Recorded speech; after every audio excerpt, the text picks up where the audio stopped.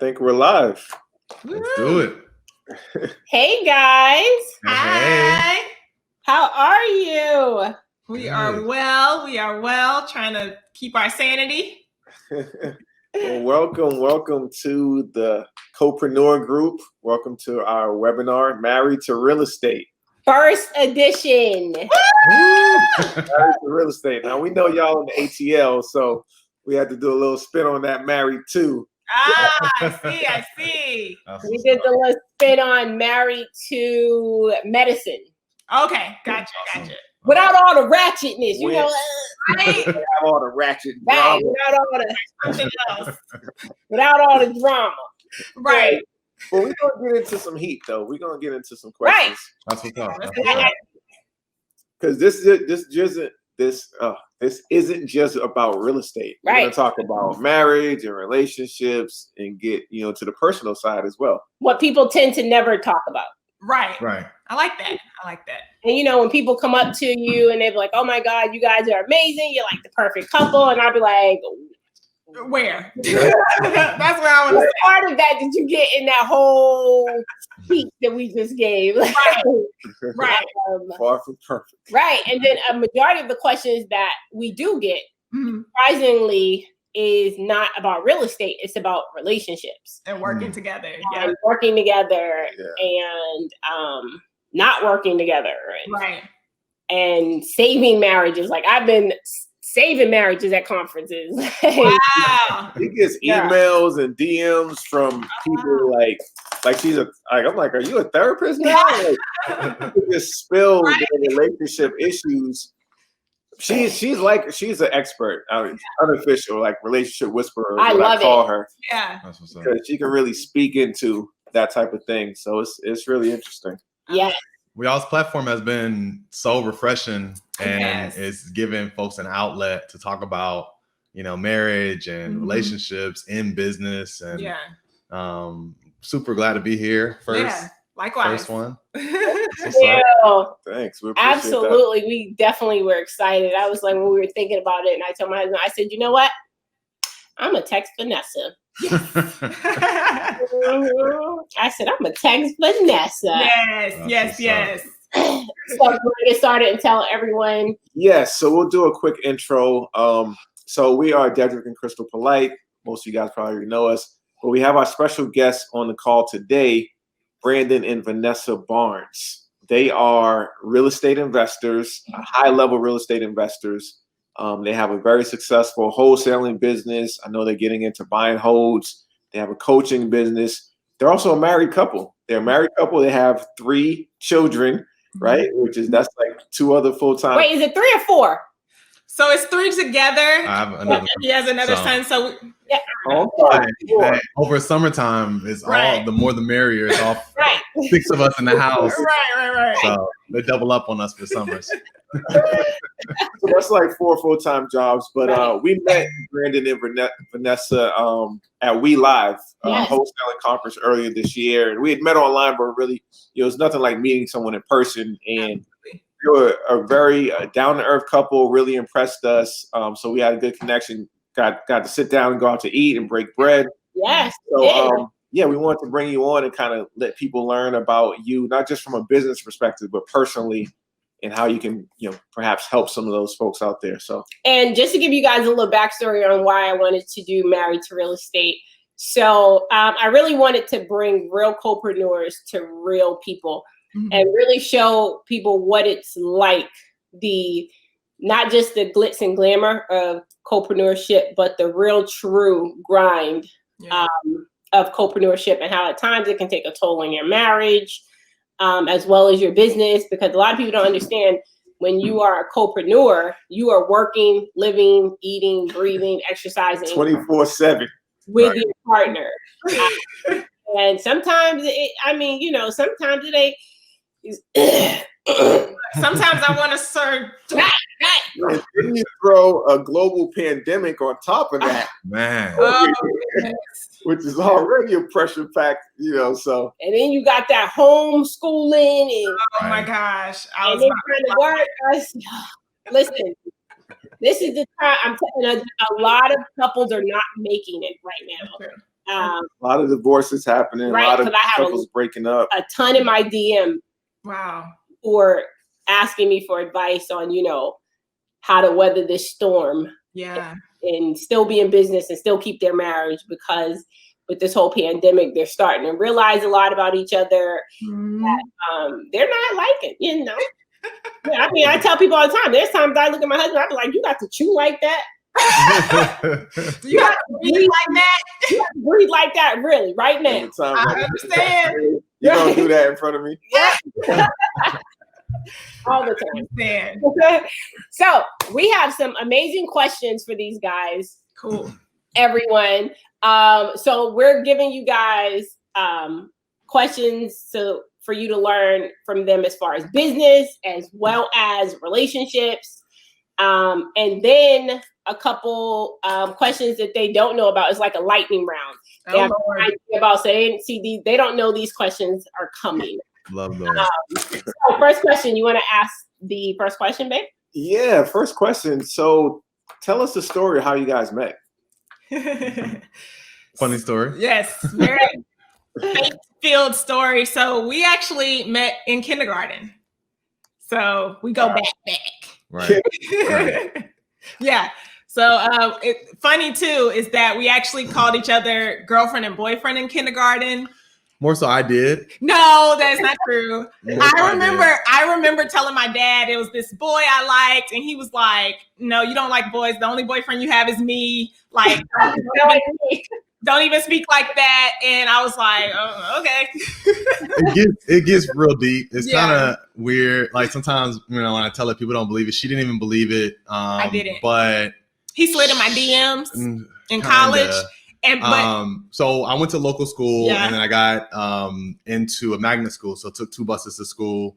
And so I felt like my parents like ripped me away from my home school. And so when I got to 4th grade, I kept telling my buddy, my best friend at the time, like, hey, it's this girl, Venessa Falana. She's going to be a model. She was so pretty. She was my girlfriend at Redan, yada, yada, yada. And I said this for years. Right. To where my other friend, my parents knew of that name. And then lo and behold, like when Facebook came out, like I tried to find her. The funny story there is her name changed from VANESSA to VE. So I could never find her. Right. And then I started at Georgia State, not as a freshman, but in my sophomore year. And I was going there. She was going there and I saw her cross across the street and I was like, that's her. Wow. And so stalker. Then I found her on Facebook. I mentioned something to her. She still didn't remember me. No, okay, wait, no, pause. But because when he hit me up on Facebook, his profile picture was not his face. It was like it was me walking on the beach. Like, come with on. my back to it. I was like, decline. I was like, who is this person? But fast forward, then I saw her at the bookstore and I came up and I like did a little chance encounter. I was like, oh, hey, that's you. And then when I actually went to her dorm, so she invited me to the dorm. Right. I told her the story and I was like, I could call my boy Corey right now and I'm gonna say, who is that girl I used to tell you about? Yeah, he put him on speakerphone. She didn't believe me still, and I did it. And I was like, bro, who is she? It's like Venessa Falana. And at the time, of course, we were little kids, but she turned out to be 5'11", modeling at the AUC, Clark, Atlanta, like in the Atlanta area. And so the rest is history. Yeah. Wow. Summation of that.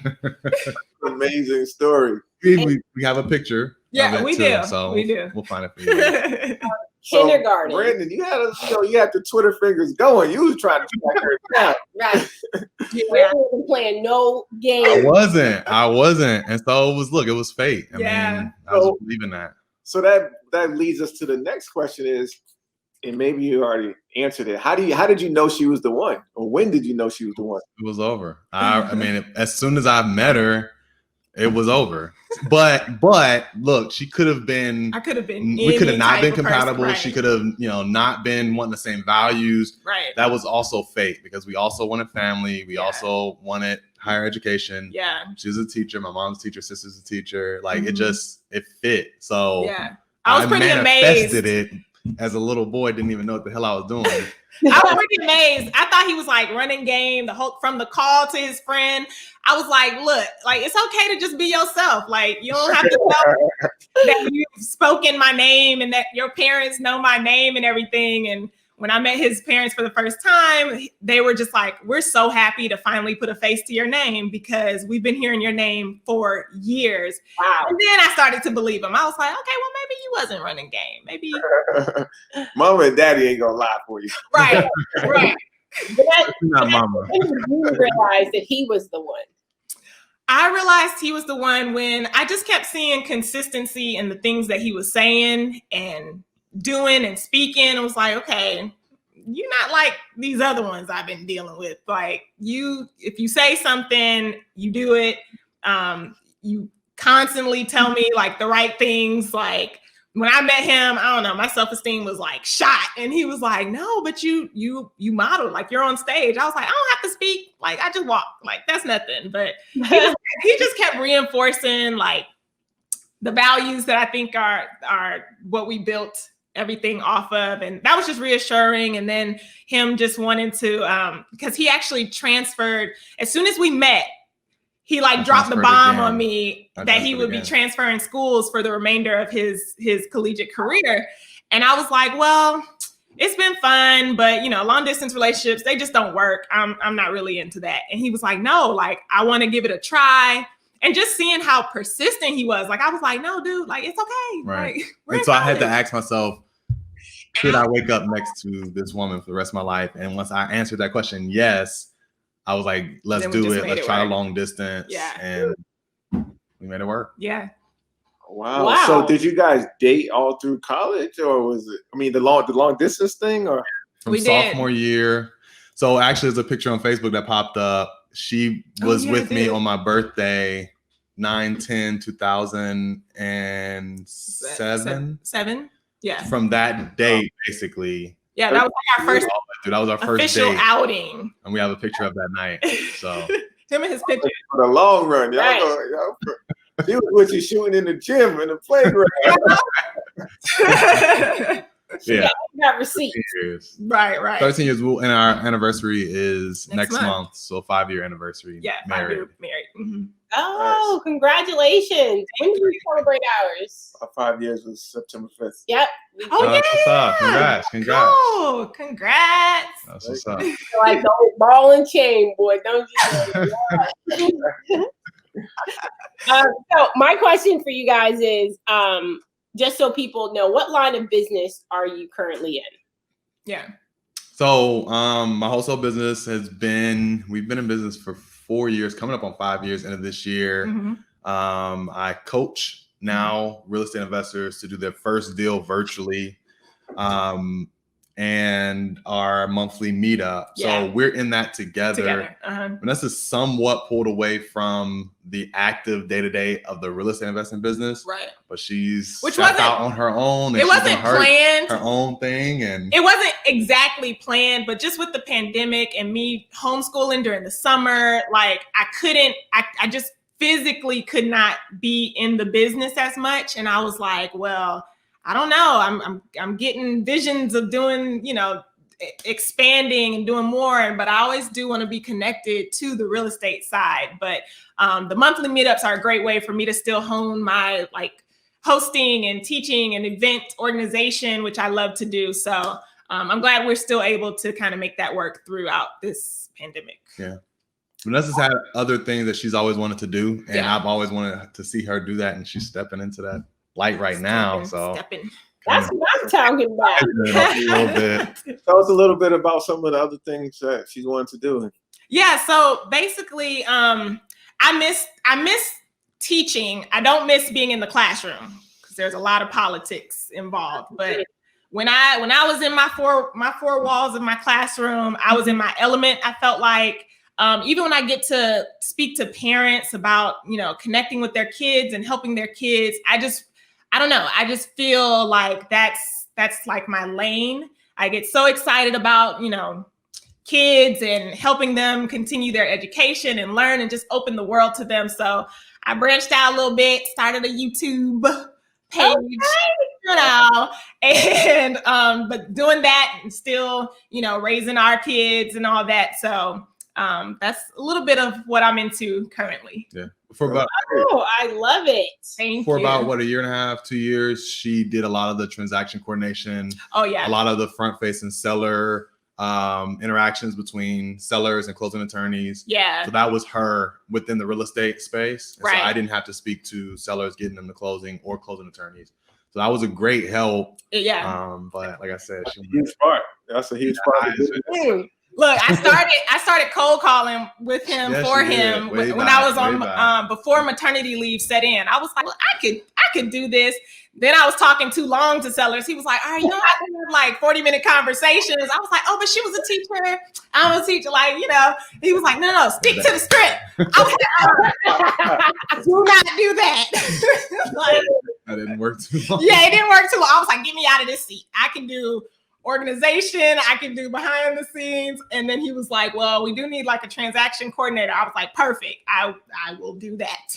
See, girl, I know your pain, because even for me, when I would cold call, I'm way too, and it's funny because people be like, no way, not you. Not the pretty pit bull. Right. I literally, like, my husband will tell you, if they say, hey, I want 80,000. Okay. All right, we'll give you 80,000. Wait, what? Like, my first cold call did result in a deal for us. Oh, nice. But she asked for 50,000. I said, okay, we'll give you 50,000. My husband was like, are you serious? Like, just give it to her. Just give it to her. And he was like, even the seller was surprised. Like, right. Okay, yeah. And we got it sold for 50,000. But he was like, we did. He was like, don't ever do that again. I negotiate everything. Right. I realized my emotions would get too entangled with people. Yeah. And if they give me a sob story, I'm sold. Girl. Me and Brandon like, I know. I'm like, but they said they'll be out this weekend, and he's like, no, you cannot believe that. Like, call them again, double check. Yep, that was me, girl. I'm with you. Brandon, what made you so wholesaling real estate is a niche within real estate. What made you want to get into the wholesaling business? That was the first thing. I knew nothing about real estate 4.5 years ago. Yeah. Just a perfect time, perfect situation. I had been fired. I was going to climb the corporate ladder. I always want to be an entrepreneur. I was going to climb the corporate ladder and then land on the perfect startup business. Mm-hmm. That never happened. And then I got fired, and I called my buddy that had been, doing some wholesaling, as well as he had a few rental properties. And so when I reached out to him, he had started this coaching program for wholesaling specifically, and was like, bro, come through. We'll drive for dollars together. You just, you can follow the process. And this is the way that you can get into real estate. And so from there, the rest was history. Just went full force with it. We did 6 figures the first year. Mm-hmm. And so, it made sense. That's when I was like, wait, what are you doing? How can I help? What did you think of it, Venessa, when he first started getting into wholesaling? What did you think of it? You know what? Brandon is the type of person, he's going to educate himself. He's going to ask all the questions that he can. And when I remember when he got fired, because he called me at work, and I was like, I don't know what made me ask him this, but I was like, did you get fired? And he was like, but what happened was, it's a long story, but I'll tell you when you come home. And I was just like, and he was like, no, I'm gonna figure it out though. We're gonna be all right. And just seeing him, like, he was in the basement at the time. Our office was in the basement, and he was down there every day, all day long, educating himself, listening. He would go put the bandit signs up. I would help him write the bandit signs. Like, what are you doing this for? Just seeing his consistency in learning something new, I was like, okay, he's like really serious about this. Like, this isn't what's it called? Like those, like fly by night, quick, yeah. Like quickly invested in it, and him, calling people to ask them more questions, and he just had this like belief in what he was doing. And I was sold. I support him wholeheartedly. And so I was like, I'll keep working. It ain't much, but we ain't gonna starve. So just seeing him constantly down there, just learning and listening and telling me a little bit of what he was learning and that excitement, I was like, okay, this is something he really wants to do. It's something he's really serious about. So I can't do anything but support, and it's been pretty great to us. So that's amazing. Yeah. And Brandon, just tell people a little bit who may not know your story, what you've been able to accomplish in wholesaling, some of the results you guys have gotten. Mm-hmm. Yeah, look, that first year, I mean, part of it, I knew we were going to be fine because I knew I had a wrongful termination situation. Mm-hmm. And so that seed money that I got from that employer, Mm-hmm. I immediately invested in my own education. Mm-hmm. I got a VA full time. And so 6 months in, I had my first employee. She's still with me to this day. Yeah. She helped me build that 6-figure that first year. We were close to 200K second year. And then I stumbled across cold calling and then built out a team. In year 3, we did 7 figures. Same thing year 4 last year. Mm-hmm. You did over $1 million in wholesale fees.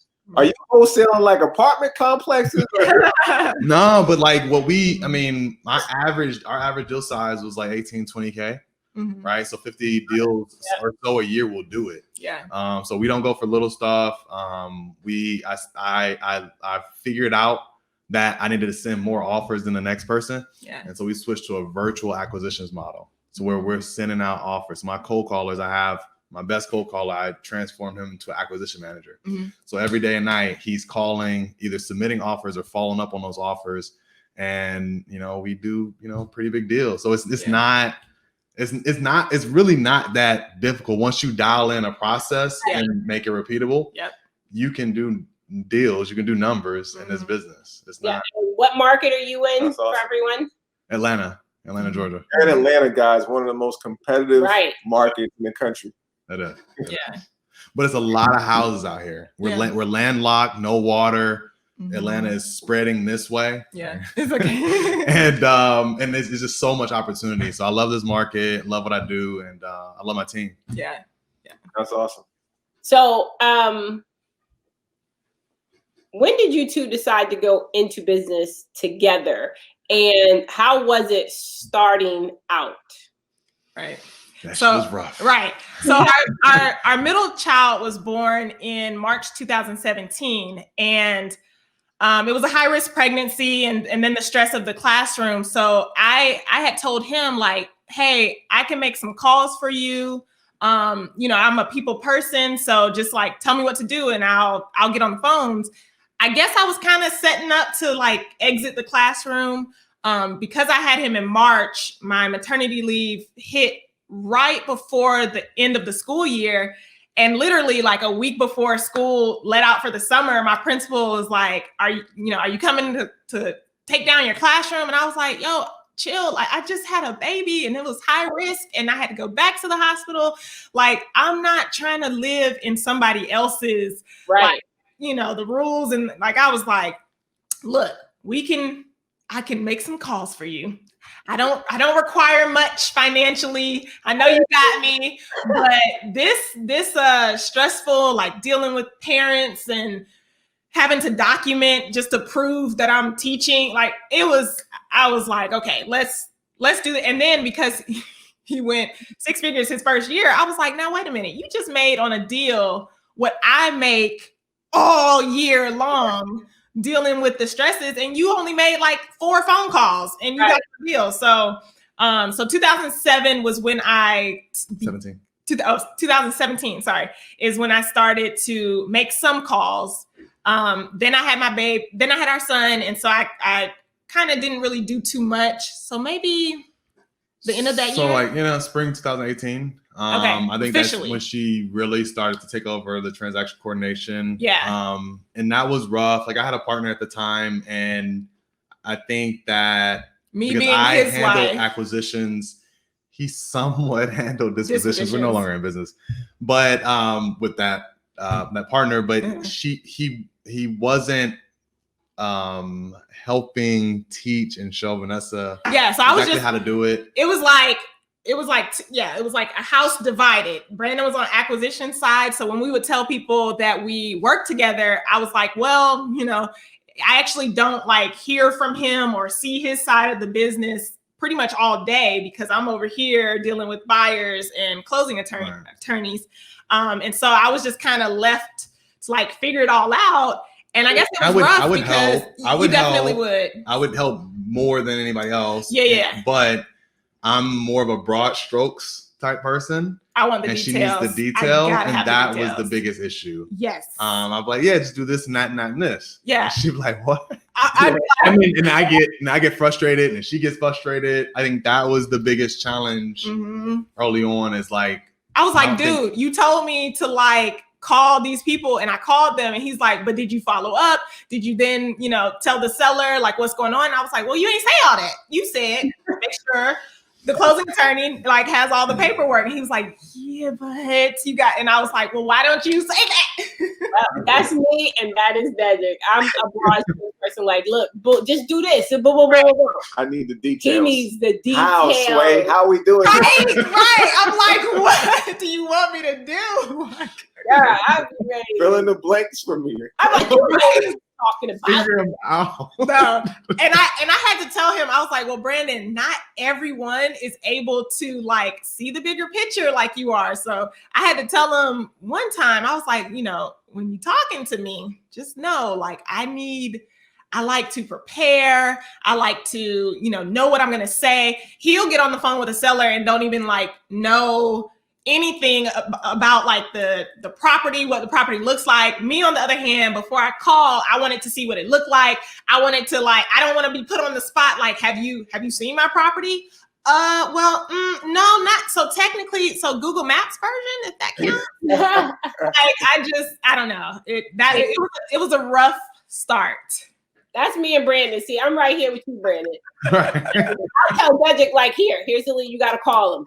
All right, baby, let me look him up in Podium. Just call him.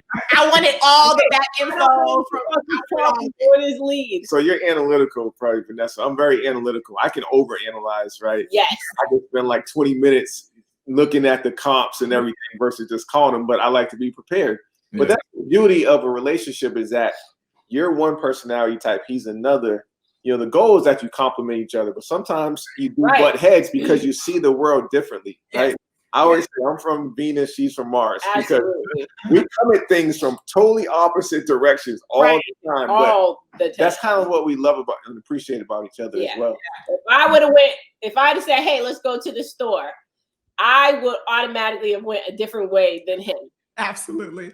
That's how we're wired. 1,000 times. Like it is everything we do, we would have done it completely opposite. Yeah. Yeah. We align when it comes to our goals, the vision, everything that's most important, we align. How we get there. How we get there, girl. But I mean, that we figured that out over time and we learned it. We know how each other are now. If we had not worked together, and had to figure things out, it probably would still be an issue to this day. Yeah, but because we went through that, I think we now know a little bit more. We know a lot more about each other, actually. So, working together helped with our personal communicating in work allowed us to, I think, communicate better in our marriage. And I was like, okay, I see how you did that. Right. So that kind of brings me to our next question. How were the roles broken down in your business, and how did you decide on when you guys were in the thick of it? How did you decide on who was doing what? Right. I don't think it ever was broken down in the beginning. No, I mean, because initially, because Venessa transitioned from, teaching and maternity leave, we kind of plugged her into a specific position. Yeah. It wasn't like just come into the business and learn everything. It was specifically for transaction coordination. So it was somewhat broken down because she was transitioning from something. And so I think that was helpful. However, some of how, she performed the duties for that role probably could have been broken down a little bit more specifically. Yeah. Yeah. And that was a big part of the challenge, I think, that we had to work through over time. Right. So I knew I would be, speaking with people, which I was comfortable doing, but I didn't know, I guess, the like the over communicating. I didn't realize you had to do that, and the following up on the closing. Like for me, wait, hold on. For me, if someone tells me they're going to do something, I'm like, yeah, they said they were going to send us the HUD. Whereas he's like, no, they're not going to do it. On top of them, and I'm like, but they said they were going to do it. And then I would get in my feelings, like, but they said that they would send us at 5. So why don't we just wait till 5? And he's like, no, because that's the end of the workday, and if something's wrong with it, then we got to wait till 8 a.m. tomorrow. And I was like, okay, look. Yeah, he taught me that too. I'm the same way. I'm a person who I hold people accountable everywhere. If you're around me, just know you're going to be held accountable for everything that comes out your mouth. So in the business, when Dedric first started teaching it to me and we started going through it, and he was always in sales, so he knows following up with people. And I would be like, oh, well, he said he was going to call back. And, he said, call him back in 2 weeks. So Dedric would be like, yeah, we're going to call him back in a week. Right. And I'm like, no, he said 2. Why don't we call him back in a week? He said 2. Let's just give him the 2 weeks. He'd be like, no, 2 weeks. We also have this deal. And then he'll be like, he better hope I don't call him back in 5 days. I was like, Betty, I don't want to make them mad. Right. Just hold on. There's a whole and psychology. Wait. And he had to teach me that, listen, when I started seeing, I would wait, and all of a sudden we call back and they'd be like, oh man, I just went under contract with someone. I was like, oh wait. Exactly. Oh, no. Right. I used to hate bringing that information back to Brandon because I knew he would say, like, we can't, but he's so just calm, cool. He'd be like, well, we can't let that stuff happen. Losing EMD was like a big thing when he was in his partnership. And he was like, you got to have like a automatic clock going in your head. And I'm like, for all these deals? And he's like, yes, like you got to just. That's a challenge. That was a big challenge. For me, just not being able to shut off. Because I always, even right now, every deal that's on the table, like I know where it is in the process and timeline to close and all that stuff. And for me, when I came in, I still had the teacher mentality, like at 5, a color-coded sheet of paper. I did. Rainbow sheet. At 5 o'clock, I was ready to like shut down for the day, not think about work until 8 a.m. And he was like, I mean, you can't necessarily do that when we're working for ourselves. And I understood. Yeah, I understood. I was like, just teacher mindset. It was like, when I get out this building, don't nobody nothing. Like my weekends are sacred, and I just had to learn that there's a constant calendar in his head of deals. Like, okay, I need to follow up with this seller. Oh, make sure due diligence. And I was just like, how do you keep all that together? And did you guys hear that? Because it's true. When you said you don't ever shut off when you are working for yourself. Right. And it's true. People always ask us at the conferences, like, well, how do you turn it on and off? We look at each other and be like, we don't. It's a part of our life every single day because we work for ourselves. Right. So at the end of the day, our goals are huge. And we can't do that part-time. Right. So what's next for you guys in this journey of real estate? What comes after the wholesaling? Coaching, building our portfolio. Nice. Multifamily. Yeah. We're interested in going that route, and me stepping out, on my own a little bit. Yeah. And I still was about to mention earlier, like REI Live Atlanta, like that group for real estate investors wanted to learn and understand more about real estate here in Atlanta. Venessa is a big part of that. And to your previous question, like I don't think we even delegated exactly what roles we were going to play in that. Yeah. But we both know that that's something that we want to grow. And Vanessa's doing a lot of the behind the scenes, all the hard work to really continue to make sure promo goes out, emails go out, members are updated, etc. So we want to continue to grow that as well. Yeah. What Vanessa's doing, outside and with her YouTube channel, the coaching business, and then I want to bring somebody on specifically for creative financing deals and start to acquire properties that way. Yeah, and so that's a whole nother beast, because that's why I've been successful to do $1 million in real estate transactions. That's all cash deals, 100% cash wholesale deals. So we're pivoting that way. Yeah. And then we want to own some multifamily. Yeah.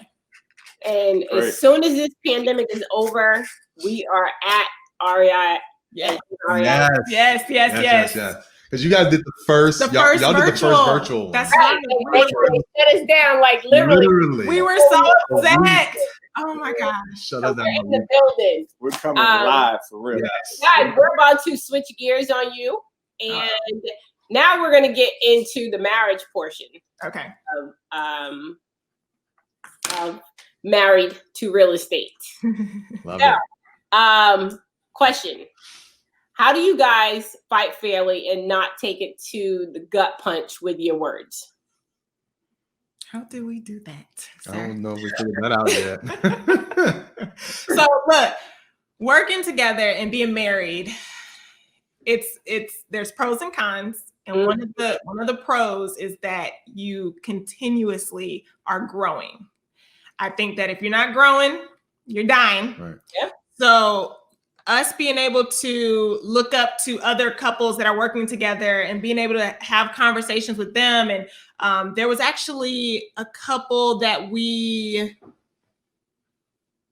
went to see live at one of their events, and they said something that like hit us to the core. And he was like, when you're talking about work stuff, you have to say, hey, I'm not saying this to you as your significant other. Right. I'm saying this to you as your coworker, your team member, etc. Yeah. So that was helpful. But my initial answer to that question is that we haven't done it without gut punches, because I've thrown them, she's thrown them back, like within the last year. Yeah. I mean, if it wasn't earlier this year, it was end of last year, where we had to like hold up, like, let's chill out, let's figure it. And then it was right around that time that we saw that couple. What was it? Dead Ass Podcast. Podcast. They gave us that. Yeah. And that was helpful, because literally end of last year. Yeah, we weren't fighting fair. Right. And so we heard that, and we was business like issues and made it personal. Yes. And that's not cool. Right. So we've learned through experience, like, hey, we can't do that no more. Yeah. Awesome. And like you said, it happens to everyone. Like everyone across the board. Dedric and I are the same. It happened to us. The only thing that was like a saving grace for us is I made him go get counseling when we were dating to learn to communicate with each other.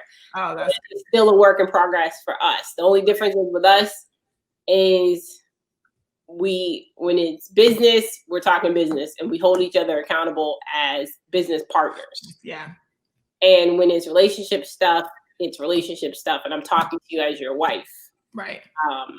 So we kind of mastered that part of it, but sometimes it always bleeds over. Sometimes it does. Right. What role we're playing at that moment. Right. For sure.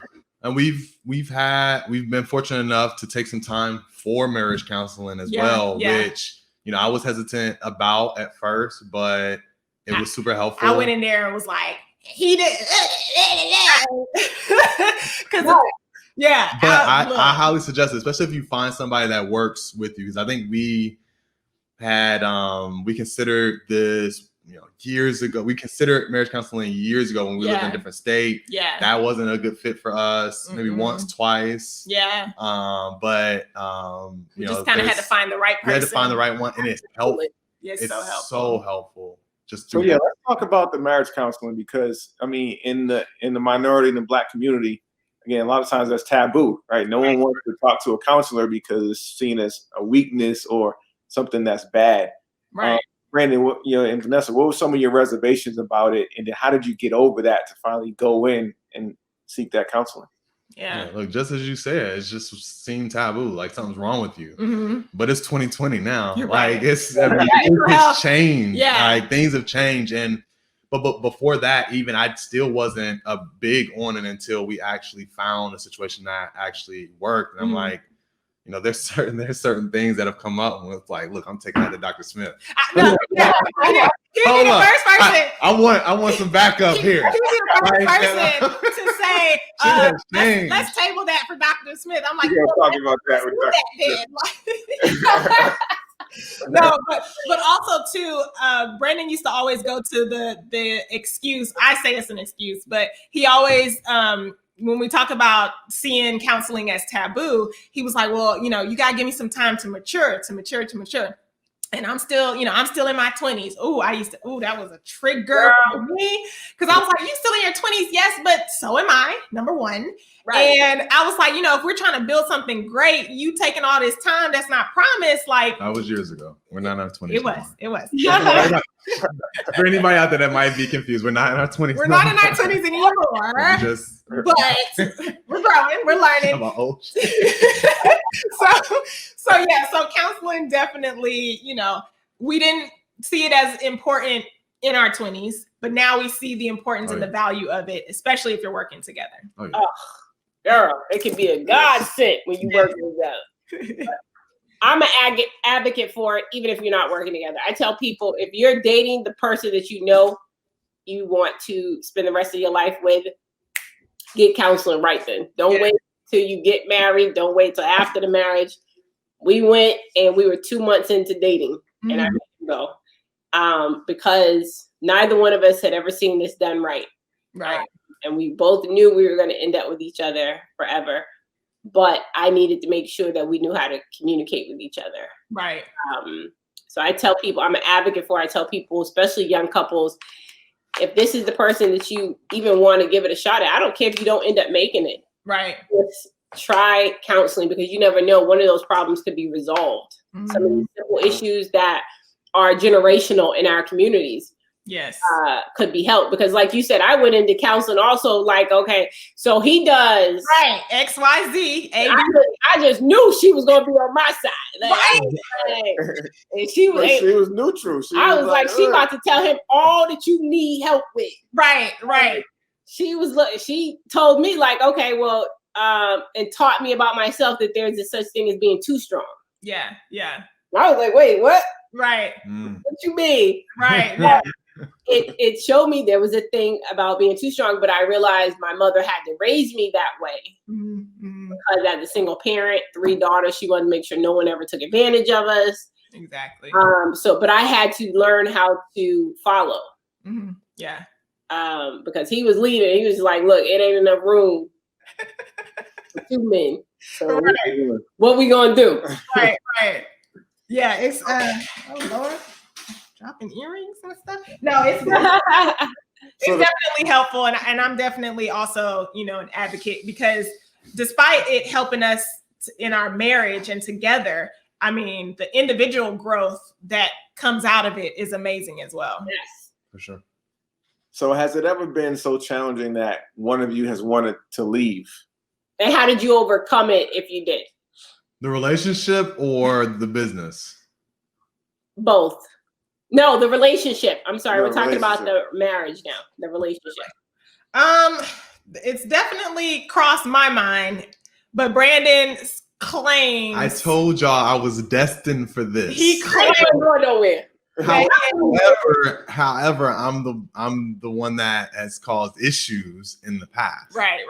So I had to let him know, like, you can't keep being the troublemaker and expect that I stay. Like, right. So. But I've always been committed to staying. So no, there hasn't been anything that, you know, that has had me even consider. Yeah. So see, going back, and this is a quality that has stayed with him throughout since we've been married. Let's say that. Yeah, since we've been married, is that, I mean, he's so hell bent on, you know, no, we in this forever. And I'm like, well, then you gotta get right then.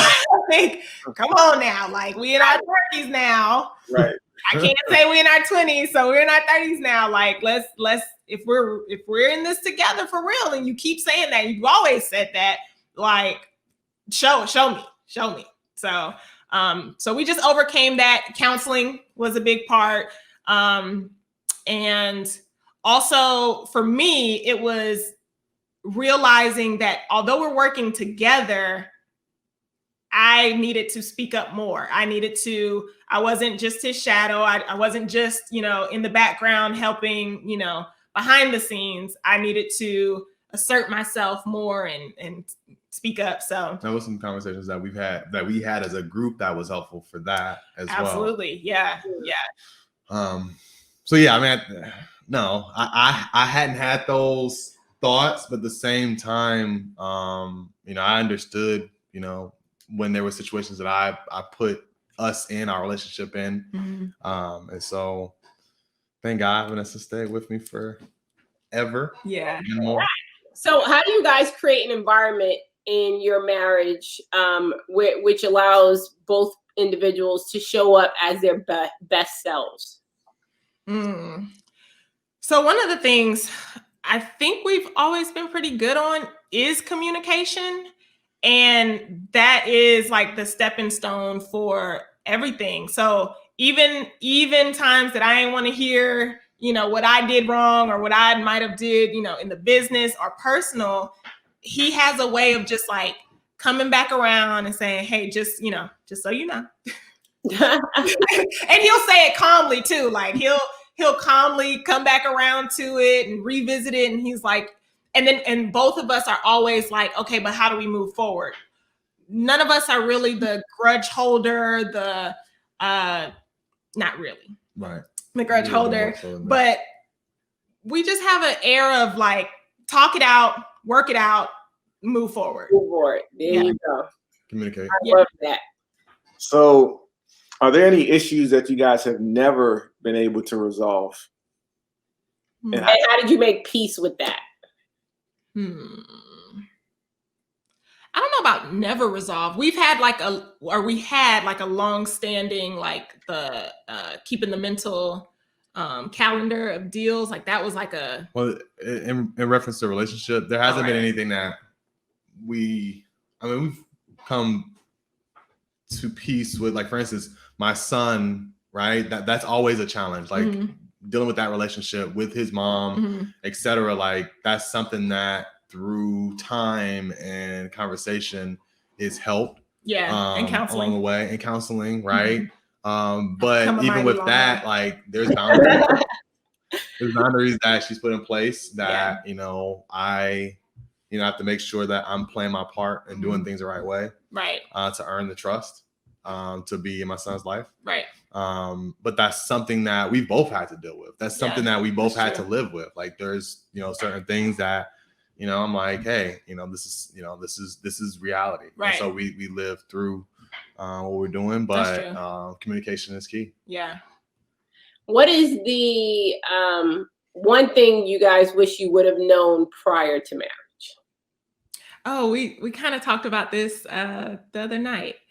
I wish that I would have known like it's gonna be growth. Like who you are on your wedding day, right, is not who you're going to be a year from now, right, 5 years from now. And I did not realize that. Like on our wedding day, it was perfect day. Like, I have beautiful memories of it. But I am so not that person that got married that day. And I am okay with that. I am better. I am so much better. But I guess I knew I was taking, the vows.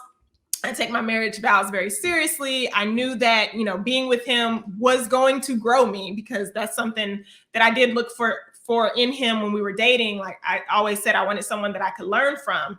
But I didn't know it was going to be, this hard or, I was going to see the challenge. Yeah. So that's just something that I wish I would have known getting married was like, you're not going to be the same. You're going to grow and evolve. That, I guess, and for me, is that I wish I had known how much work it would be. Yeah. Like to continue to work, like not in a bad way, but like that we would actively have to work. We would actively have to seek counseling. We would actively have to figure out how to work and communicate with each other. Yeah. Like that. I didn't realize that there was going to be so many situations where we were going to have to work through things. Right. I love it. So, what is your secret to a successful marriage? Remain friends. Remain friends. And something that I've learned very recently is release the want to control the situation. Like, just release it, and it's gonna be what it is. And at the end of the day, if you guys are aligned on, that you guys are in a marriage, right? There's not gonna be nothing crazy going on. You're in a marriage, but just not getting so hung up on like the every little bits and pieces that might not have went my way or didn't go his way. It's like, okay, does that really matter in the grand scheme of things? No. So that was a very recent revelation for me. Communicate. Yeah, definitely communicate. Yeah. And even when you want something specifically at night or whatever, no, it's just I know what you're talking about. Gotta communicate, because if you don't let it be said or whatever, it's just gonna fester. It's just gonna build. And don't sugarcoat. Give it raw. No pun intended. Oh my God. I'm serious. Communicate. Yeah, communicate. Talk through it. Yeah, definitely. Straight up. Hey, is number 5 on the way? Is that what you're trying to say, Brandon? Number 5? Next year. I actually was like, okay, we're going to have a quarantine baby because baby girl is 2 now. She's... I keep telling him, I was like, it's time for a girl. Yeah. And he'd be like, I know. Starting over is scary, though. Like, it is scary. You got to, bro. Girl. He was like, ain't no 100% chance we gonna get a girl. I said, especially with you, because you just popping boys. Boys, right. Back to back. Right. So, and his mother had all boys. Wow. All boys. Lord. I can't have girls, so. We can practice. I'm about to pull a Kardashian and about to put our little eggs in somebody else. I told him, have somebody else carry them for me. What's one book or podcast about that you would recommend to everyone on business or relationship or both? The 5 love language. Oh yes. Oh, absolutely. Is it 5? Yeah. Okay. 5 love languages. Yeah. 5 love languages is like. I think that's for our relationship. Yeah. Into what I was saying earlier about how you have to work.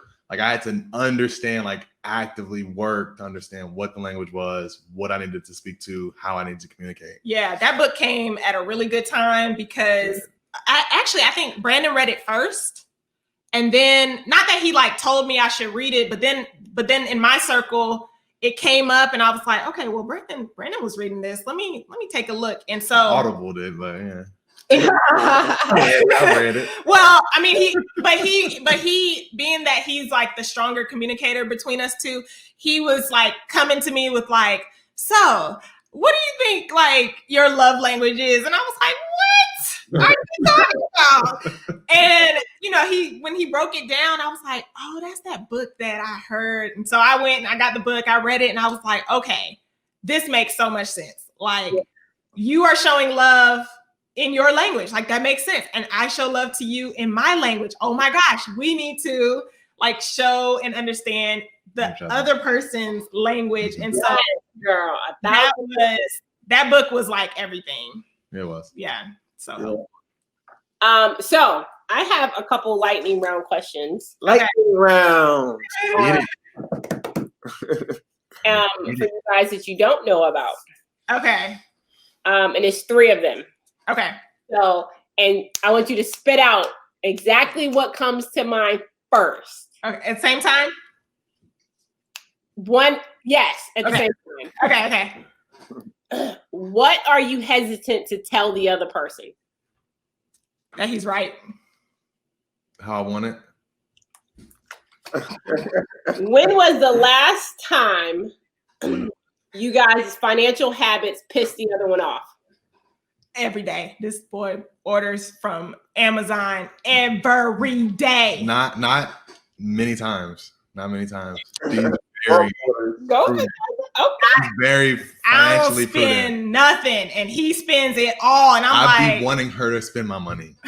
on certain things, I'll be like, yeah, get that. I know, and then I feel guilty. I'm like, oh, that could have, but babe, that could have went to I this. just bought her some Yeezys yesterday. I know, I was grateful, but I was like, step the shoe game up. Let's step the shoe game up. Like she's a heel. Yeah, I'm like, I need you to get some sneakers. Right. Yeah. I don't spend money, and when he does, I'd be looking at him like, dude, like I need to speak up. I need to assert myself some more. Okay. If you could change one thing about the other to improve your relationship, what would it be and why? You can't be asking stuff like that. Hot seat right here. Okay. Can you repeat? If I could change something about Brandon. If you could change one thing about the other person to improve your relationship, what would it be and why? I'll plead the Come on, now. Keep it real. If I could, change one thing about you to improve. Okay, so that one takes some thought. You got a little time. What's that thought?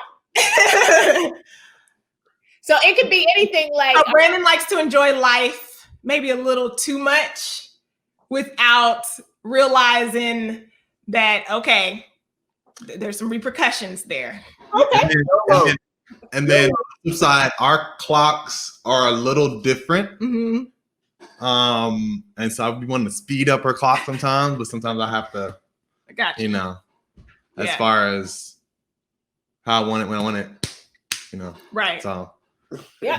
But that's also, but at the same time, I realize that you can't, men want certain things that it's not necessarily healthy all the time, right? And so I think for us, it's even as far as like intimacy and stuff goes like that, I also have to be mindful that we're different people. Yeah. Right. And so. And 9 times out of 10, I'm exhausted. Girl. But I gotta. But when she makes time. Yeah. Right. And I love it. Mm-hmm. Girl. There you go, B. Going. Yeah. So I just need, Yeah, I got you. Damn, you and Dedric about the same damn person. Right. Man, but that's a damn near twins over here. Yeah. I know you're a whole entrepreneur, and I know you got your own thing going on, but you'd be like, I got needs. Still a marathon, right? And I'm like, okay, let me keep that in mind. Let me put that in my back pocket. Like, okay, either I can sleep peacefully and know I'm gonna wake up to some stuff, or I can set aside my tiredness just a little longer. And she takes care of my children, like she takes care of our children. Yeah. So like I gotta be mindful of that. I know, like I went out of town and I was so nervous to leave him with the kids. I was like, do you need me to like set their clothes out? Like, baby girl, don't just put her hair up in one. like please, like take care of the kids. And he was like, I got this. And I think that first night I came back, he was so exhausted, and I wanted to lay it in on him, like, oh no, but I just got back, and did you miss me? And show me that you miss me. And he's like, boy, I got an early start tomorrow. I'm like, turned. I love it. It's a lot of work raising these kids. Yeah, because when I went out of town, I remember the first time I'd actually left him was for a women's retreat that me, Christina, Rashana did. Oh, nice. And I went with them to Denver, Colorado. Yeah, for too long. It was like 3 days. I'm calling my aunties and mom. I need help over here. Yeah. I left schedules. Right. Clothes, yes. Because I'm very meticulous, and I micro them. Like that's the only thing I micromanage is my kids. Yeah. I like stuff done very particular, and he knows that. Like I'm a prompt person. You can't be late. Yeah. Won't bring my kids to school late. Don't pick them up late. Right. I would rather be there sitting 30 minutes early than to wait 2 minutes for me. That's right. Like my nerves will get bad if I'm running late. Yes. On the other hand, total opposite. Babe, they in the school, they good. Right. Nobody gonna let that happen to them. They in school. Right. Calling me first day. just want to call, see how y'all, you doing. I'm good, babe. You want to talk to the kids? Oh, Lord. Right. Y'all say hey to your mom. I'm like, right. How my baby doing? Look, her setting those clothes out was everything. I know. I was like, I'm a still, you know what? That was like the morning I was leaving. He was like, I mean, if you want to set like the clothes out, you could. I was like, that was everything. I knew it. It's a lot, bro. It's a lot that, our wives do, man. Yeah. Listen, he found out because I was looking like, well, what they get for, schedule, lunch. This is what you bring. I'm the same way. Same way. It just so happened that the day that I left to go out of town, their school was starting back providing lunch. That was everything. And so I was so scared. I was like, but baby girl don't like sandwiches, so don't fix her a sandwich. She won't eat. She gonna be hungry at school. Don't have my baby be hungry and her hair messed up. Like, I need you to make her look loved. Like, when I was like, Chance has something different than Chase. And so he was like, yeah, if you just leave it out and I'll pack it. And so when this school emailed saying, lunch is being provided September 1st, I was like, thank you, God. Because he was not going to pack the lunches the night before. He was not going to it's like. It was so great catching up with you guys again. We loved it. We're going to go to the St. Regis and eat some good food at one of these restaurants. So when we come back to Atlanta, we're going to hook up. Yes. Make sure, so tell everyone where people can find you guys, especially with the dopest real estate meetup in Atlanta. So make sure you plug that information. Yes, absolutely. Right. To follow our monthly meetup, it's on Instagram. It's at REI Live Atlanta. And or REILiveATL.com. Yep. But then our personal IG is IAMB Barnes. Mm-hmm. And mine's, I just changed it. It's at Venessa Barnes _. Go check out that. Venessa with an E, right? Exactly. Yes. Venessa with an E. Go check out that YouTube page. I know she has links in my bio. Get it. And where's your YouTube? What's the name of your new YouTube, Venessa? So it's called Necessary Measures. So play on my name a little bit. I love it. Oh my God. So guys, make sure you go and like her YouTube page and let's show them all the love in the world, because I'm about to go and like it as well. And make sure you drop a lot of homeschool tips for us parents. Yes. Stressing like I am. I have a video on prepping for virtual learning because that was a beast this summer. Like, girl, it's a beast right now. That's true. That's true. I prepped and I didn't prep enough. Like, yes, it is. I tell people, I think it's funny because I was telling one of my son's teachers from last year, she was like, it's hard to go from a teacher like her to anyone else because she's an ultimate freaking teacher. Right. I told her, I said, people always say to the military, thank you for your service. Mm-hmm. I said, well, damn it, we need this to be saying to these teachers. Thank you. Absolutely. They deserve it. Duty teaching these kids. They deserve. I am fortunate that is my background. And so the transition to homeschooling this summer wasn't too difficult for me. But my friends were calling me, they were struggling. They was like, look, if I say this one more time to my son, and I'm like, no, they're going through this with us. Like these kids are actually being very resilient. And so I gave them some tips and they would call back like, okay, it worked. You must know a little something. Yeah. Listen, I'm about to check that YouTube out big time. We're both gonna watch that. Because I be at my wit's end. I be like, Dedric, come get him. Tell you, you're gonna have one son to carry this name on. I promise. So thank you. Yes, thank you. Thank y'all so for much. being so open, for sharing, for opening, keeping it real. Absolutely. Married to real estate. And yes, we definitely want to make sure you guys, when this pandemic is over, that we meet you in Atlanta. All you guys, thank you guys for joining us on Married to Real Estate. And we look forward to the very next episode. Until next time, it costs nothing to be polite. That's what's up.